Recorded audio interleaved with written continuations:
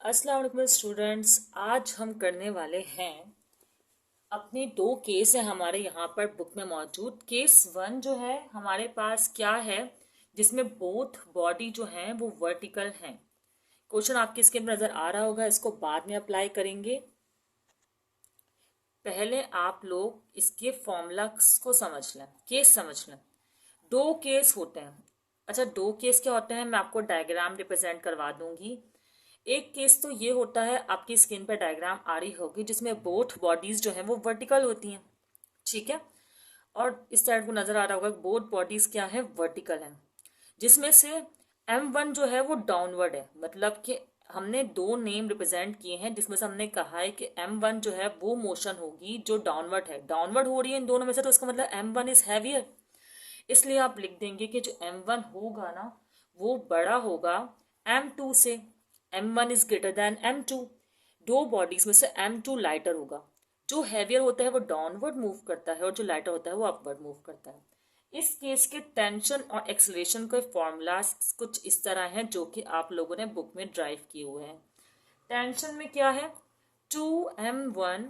अच्छा, सबसे पहले मैं बताती हूँ फॉर्मूलाज याद कैसे करते हैं। आप लोग ना क्या करें, पहले ना फॉर्मूलाज मैं नहीं लिख रही अभी, याद करने का तरीका बता रही हूँ। ये बोथ वर्टिकल वाले कैसे हो गया और इसका टेंशन और एक्सलेशन का फॉर्मूला हो गया। अब जो है आप इसमें क्या होगा कि एक हॉरिजॉन्टल होगा। हॉरिजॉन्टल मतलब कि प्लेस हुआ हुआ होगा हॉरिजॉन्टल प्लेस में। ठीक है, हॉरिजॉन्टल मास होगा, हॉरिजॉन्टल बॉडी होगी, इस तरह कह दें चलें।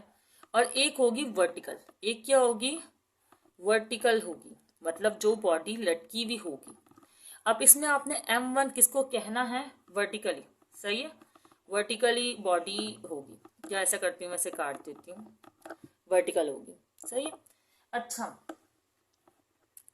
वर्टिकल मास होगा या वर्टिकल बॉडी होगी, जिस तरह से भी आप उसे रिप्रेजेंट करना चाहें। अब इसका भी एक टेंशन का और एक्सलेशन का फॉर्मूला होगा, और इसमें भी हमें M1 किसी को कहना होगा, M2 किसी को। तो जो हैंग होगी ना, जो हैंग वर्टिकली हुई हुई होगी, हैंगिंग बॉडी या वर्टिकल बॉडी जो होगी वो आपका M1 होगा। सही। अब फॉर्मूलाज में क्या होता है कि इनके फॉर्मूलाज में ये G और G तो कॉमन है। मैं यहाँ साइड में लिख रही हूँ, ये मल्टीप्लाई में है, लेकिन आप लोग को समझाने के लिए इस तरह मैं लिख रही हूँ। ठीक है।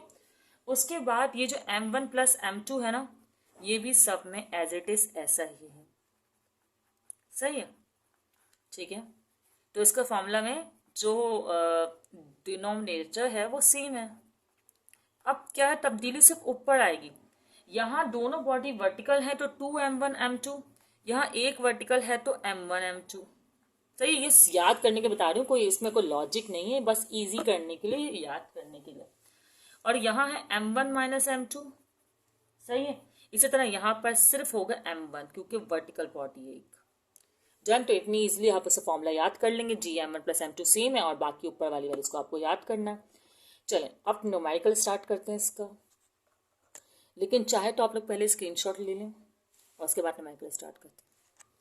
ये न्यूमेरिकल जो आपकी स्क्रीन पर नजर आ रहा है, इसमें कह रहे हैं कि दो बॉडीज हैं ए एंड बी जो अटैच हुई हुई हैं स्प्रिंग से। इसका मतलब मैं अगर यहाँ छोटी सी डायग्राम बनाऊं तो दो बॉडीज हैं, एक है ए, एक है बी।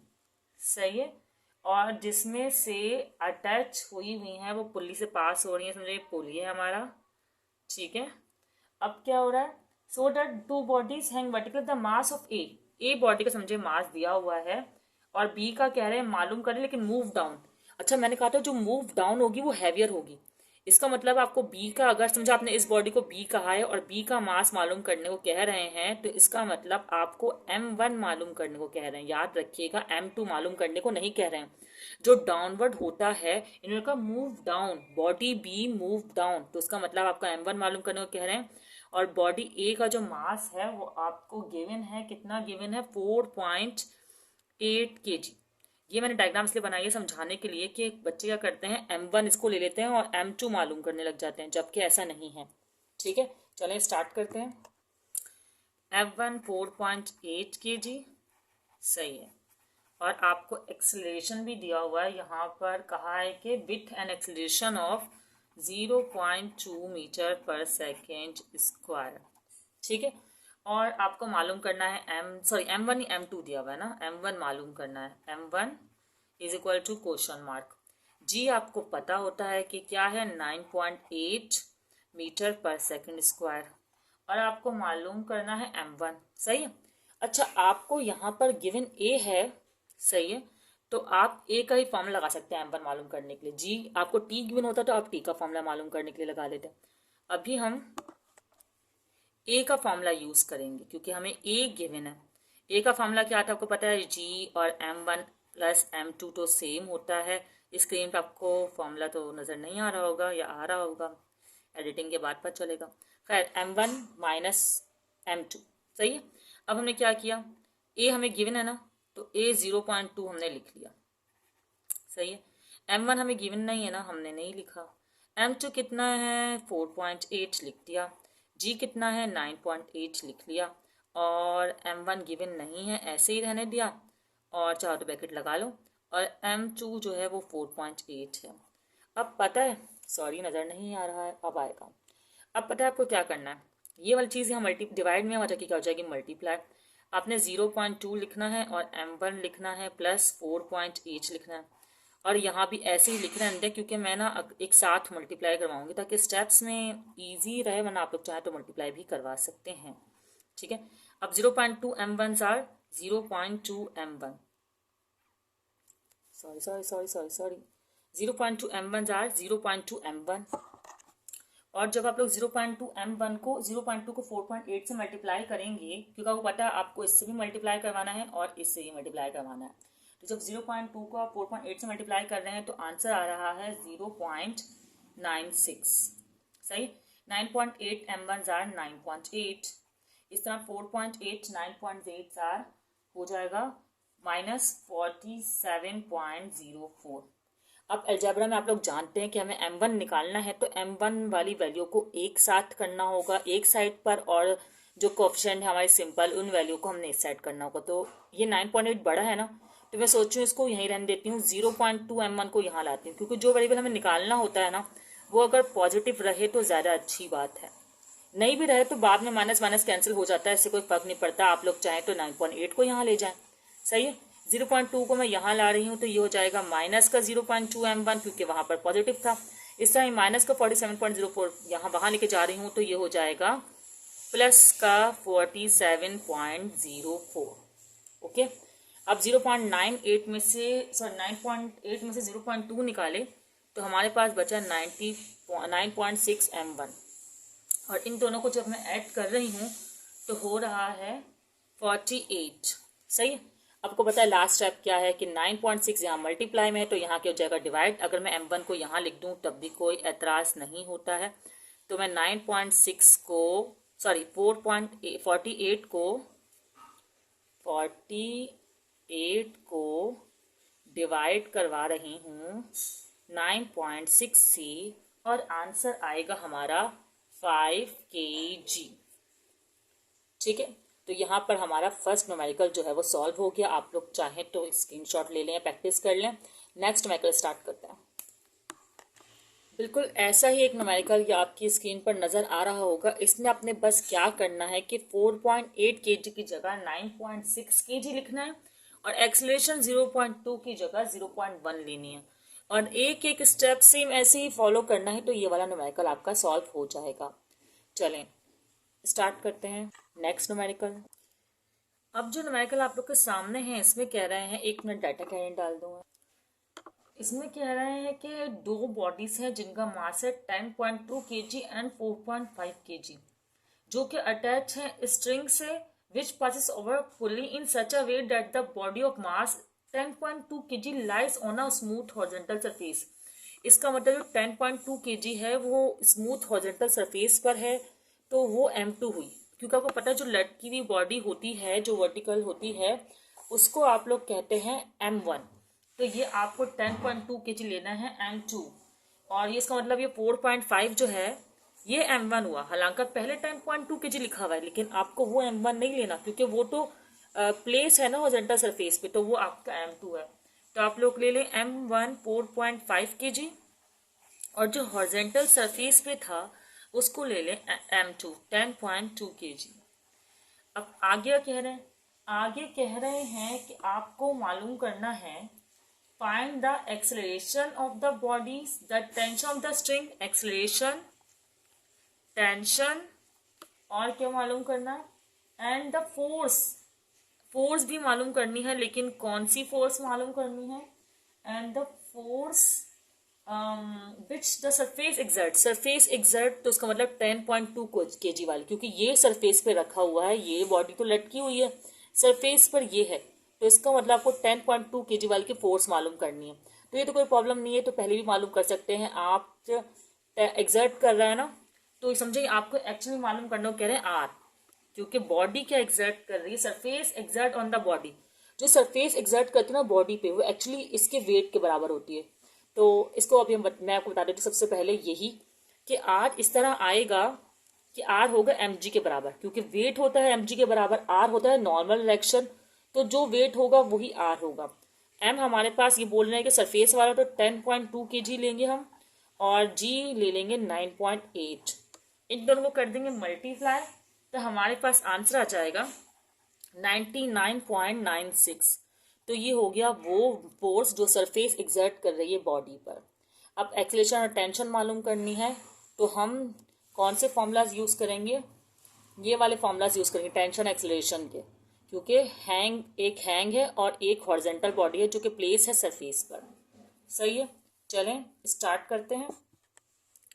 पहले इन्होंने ए बोला है, वैसे पहले तो इन्होंने ए बोला था, लेकिन मैंने आर निकाल दिया समझाने के लिए, कोई मसला नहीं है। ए बोला है तो ए का फॉर्मूला है m1 प्लस m2 जी। अब m1 हमारे पास कितना है 4.5, वर्टिकल वाली बॉडी लेनी है ना, यहाँ भी 4.5 करेंगे और मल्टीप्लाई किससे करवाएंगे इसको, m2 से 10.2, और यहाँ पर इसको मल्टीप्लाई करवाएंगे 9.8 से। ठीक है, अब आप लोग जब 4.5 को 9.8 से मल्टीप्लाई करवाएंगे, और तो मैं यहाँ लिख रही हूँ आंसर, तो आंसर आएगा आपके पास 44.1, है ना, एक मिनट, 44.1 आप लोग यहाँ पर लिखते हैं। आप जब 4.5 को 10.2 से मल्टीप्लाई करवाएंगे तो 14.7 आंसर आएगा। सॉरी, मल्टीप्लाई नहीं करना, यहाँ पे प्लस करना है, प्लस करके मैं लाई हूँ आंसर, प्लस है ना फॉर्मूले में, 4.5 को 10.2 से ऐड कर रही हूँ तो आंसर आ रहा है 14.7। ओके, अब इन दोनों को डिवाइड करते हैं, तो डिवाइड करने के बाद आपके पास आंसर आ रहा है 3 मीटर पर सेकंड स्क्वायर। आप लोग भी चाहे तो कैलकुलेटर में साथ साथ सॉल्व कर सकते हैं, और कोई गलती मुझसे हो तो उसे कमेंट में मेंशन कर सकते हैं। टी, अब टी मालूम करना है, टी का फॉर्मूला है m1 m2 जी m1 plus m2। Okay, m1 वही 4.5 और m2 वही 10.2 और g 9.8, और नीचे तो आपको ऐड करना है 4.5 प्लस 10.2। ओके, जब आप इन तीनों को मल्टीप्लाई करेंगे और प्लस करेंगे तो आपका एंड में, तीनों को मल्टीप्लाई कीजिएगा, इनको प्लस कीजिएगा और देन डिवाइड कीजिएगा। हमें पास जगह नहीं है तो मैं चाह नहीं रही, तो ये आप लोग ट्राई कर लीजिएगा। तो आप लोग के पास आंसर आएगा इसका 30.6, क्योंकि मेरे पास यही आंसर आ रहा है और बुक में भी यही मेंशन है, बिल्कुल करेक्ट आंसर आया। आप लोग का भी बिल्कुल करेक्ट आएगा, तीनों को मल्टीप्लाई किया, देन ऐड किया और उसके बाद दोनों के आंसर को डिवाइड किया। ठीक है, तो दो अभी न्यूमेरिकल्स किए हैं, दोनों आपके स्क्रीन पर नज़र आ रहे हैं, आप लोग स्क्रीनशॉट लेके रख लें। और अब नेक्स्ट कोड न्यूमेरिकल हम स्टार्ट कर रहे हैं। इस न्यूमेरिकल में कह रहे हैं कि 2 बॉडीज हैं और एक का मास है 25 kg। अच्छा देखिए, मैंने m1 m2 नहीं लिखा, मैं बाद में लिखूंगी जो मुझे सही लगेगा, बल्कि बाद में क्या देख लेते हैं ना क्या है। और एक का मास है 15 kg। ठीक है, अगर ये दोनों बॉडीज वर्टिकली हैं तो ये m1 है और ये m2 है, क्योंकि आपको पता है हैवियर वन इज m1। अच्छा, आगे करें, to a string which passes over frictionless pulley so that 2 bodies hang vertically. दोनों बॉडी वर्टिकल है तो इसका मतलब ये m1 है और ये m2, heavier one is m1। आगे करें, find the tension and tension testing and time taken by the bodies and time taken by the bodies time taken by the bodies so move through a distance of, distance भी आपको दिया हुआ है 20 metre. 20 metre का distance cover करने में इन्हें कितना टाइम लगा है।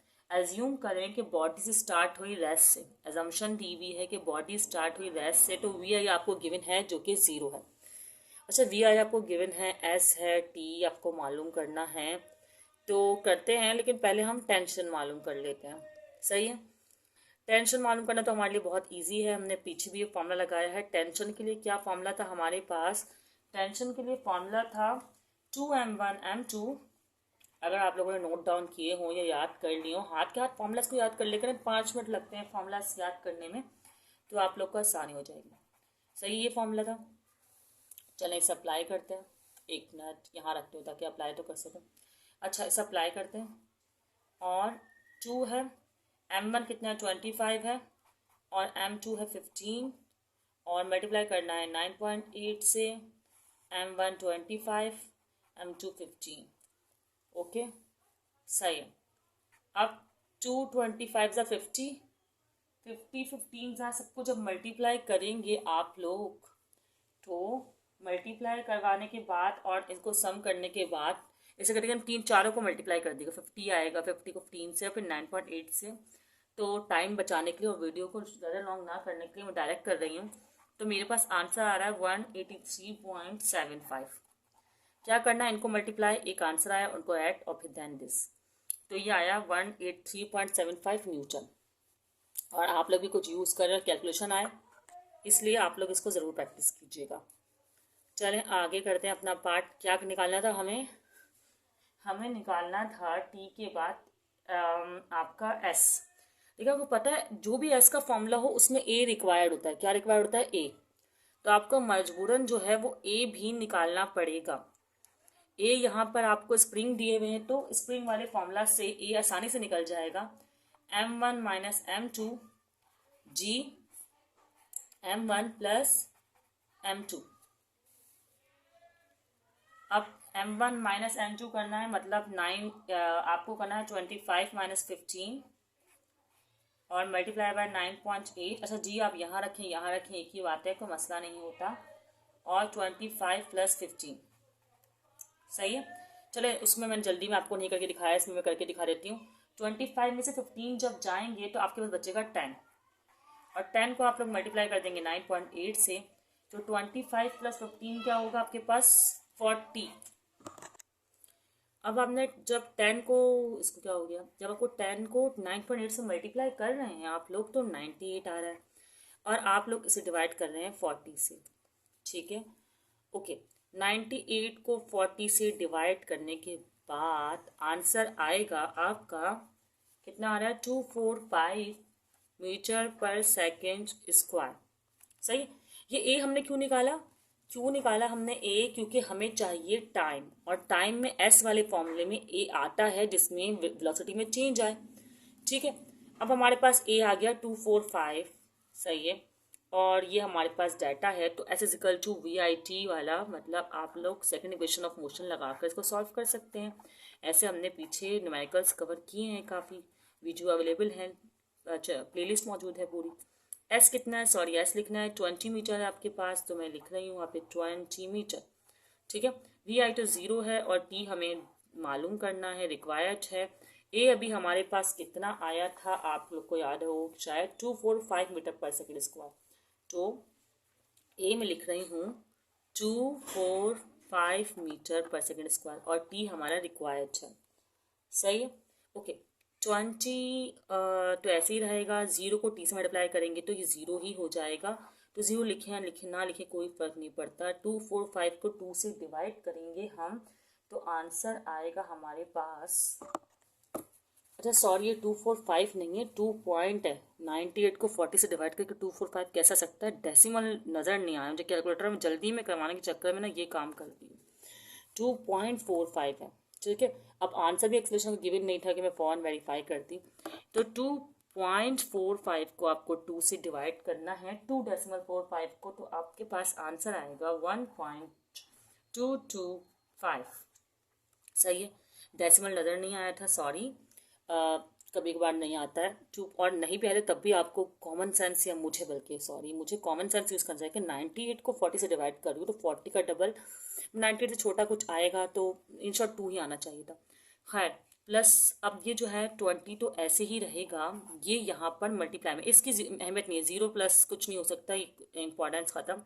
0 यहाँ रखे माइनस हो, इसकी कोई अहमियत नहीं है। ये 1.225 जो यहाँ पर प्लस का है, मतलब मल्टीप्लाई में है, ये यहाँ आकर डिवाइड हो जाएगा। और आपका डिवाइड करके इसको आंसर आया, मैं थोड़ा ध्यान देती हूँ क्या आंसर आया है भाई, 16.32। अब आप लोग करेंगे 16.32 आया है, लेकिन अभी मैं यूनिट मेंशन नहीं कर रही क्योंकि आप लोग करेंगे squaring on both side, short में लिख रही हूँ, ठीक है। और जब स्क्वायरिंग में square root, sorry square root on both side, square तो है ना, ठीक है। तो स्क्वायर रूट जब मैंने अप्लाई किया, ओके, ठीक है, 3.2। अब रूट करें आप लोग भी इसका कैलकुलेटर में, मैं भी करती हूँ, तो आंसर आएगा, आपको पता है 16.4 का रूट होता है, तो 4.04 सेकेंड जो है। अब यहाँ पर जो है हमारे न्यूमेरिकल्स मुकम्मल हो गए हैं दोनों केसेस के।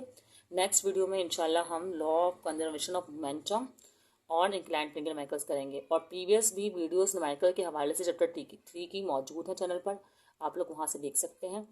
अगर वीडियो पसंद आई हो तो आप लोग वीडियो को आगे शेयर ज़रूर करें और चैनल को सब्सक्राइब करें, और अगर कोई क्वेश्चन हो आपका तो कमेंट सेक्शन में मेंशन कर दें। अल्लाह हाफिज़।